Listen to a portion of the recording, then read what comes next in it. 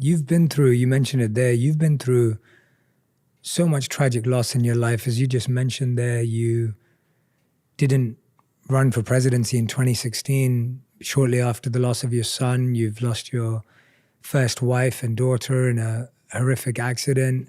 I can't even begin to understand how someone has the courage to process that much loss and grief, let alone move forward in the way you have. It's truly admirable. How did you begin?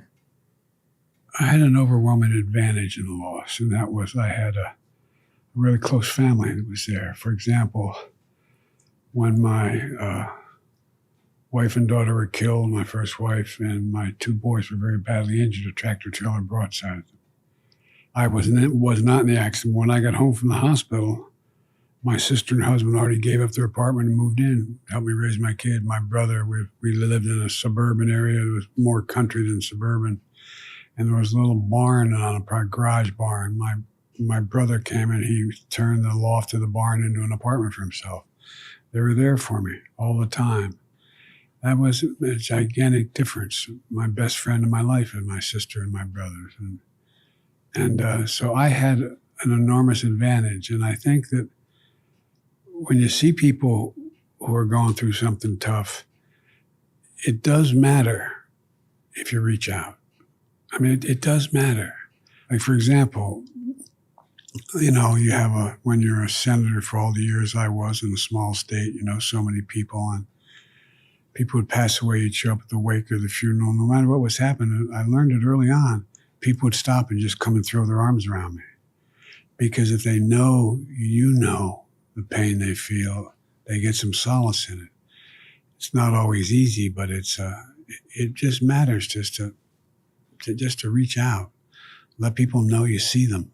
How did you allow yourself to receive that help too? I feel like, as you were mentioning earlier, with the loneliness and anxiety that exists, a lot of people either struggle to know what to say. I think we live in a society where people are like, well, what do I say if they've gone through that? Yeah. And the opposite end, what you just said, being able to be open enough to actually receive help requires a certain amount of courage and strength as well.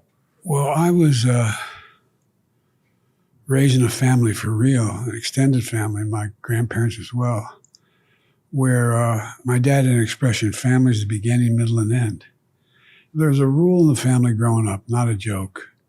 We didn't know it at the time, but whenever you wanted to speak to your mother or father, I mean, they said, you had a problem. No matter what they were doing, they stopped. No matter what they were doing, they stopped and heard you, listened to you.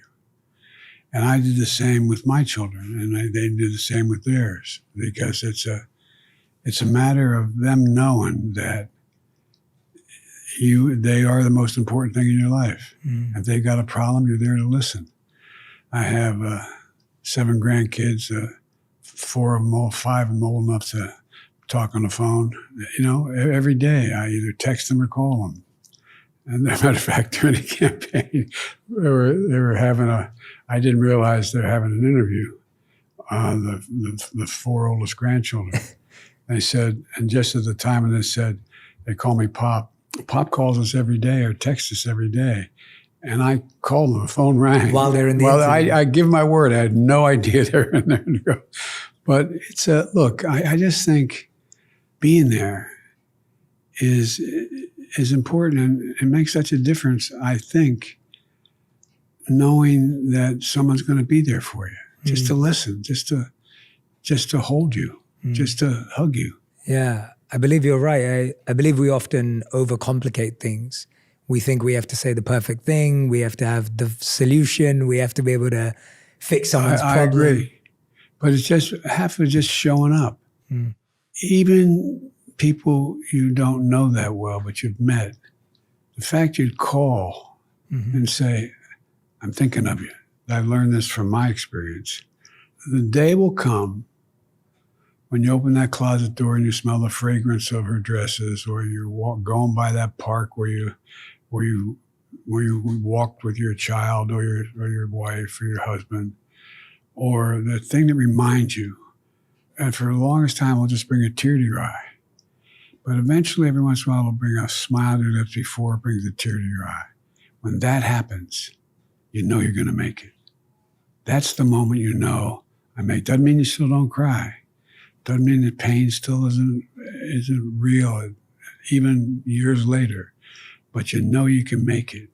I think there's an advantage sometimes if you have deep faith, whether you're, Catholic, Protestant, Hindu, Jewish, Muslim, whatever.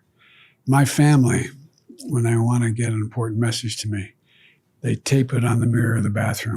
I'm serious, not a joke. So you wake up in the morning and... Yeah, no, it's on the mirror. I guess I was down early on. It's not going to be 10 years ago. I was down or something.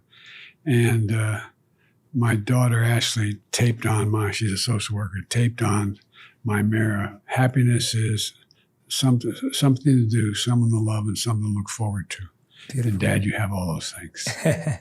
Just remind you, I think what you just said about the smile before the tear is probably one of the realest things I've ever heard. I think we often are trying to create a world in which we only have smiles, and we put pressure on ourselves and the people around us to be forever happy.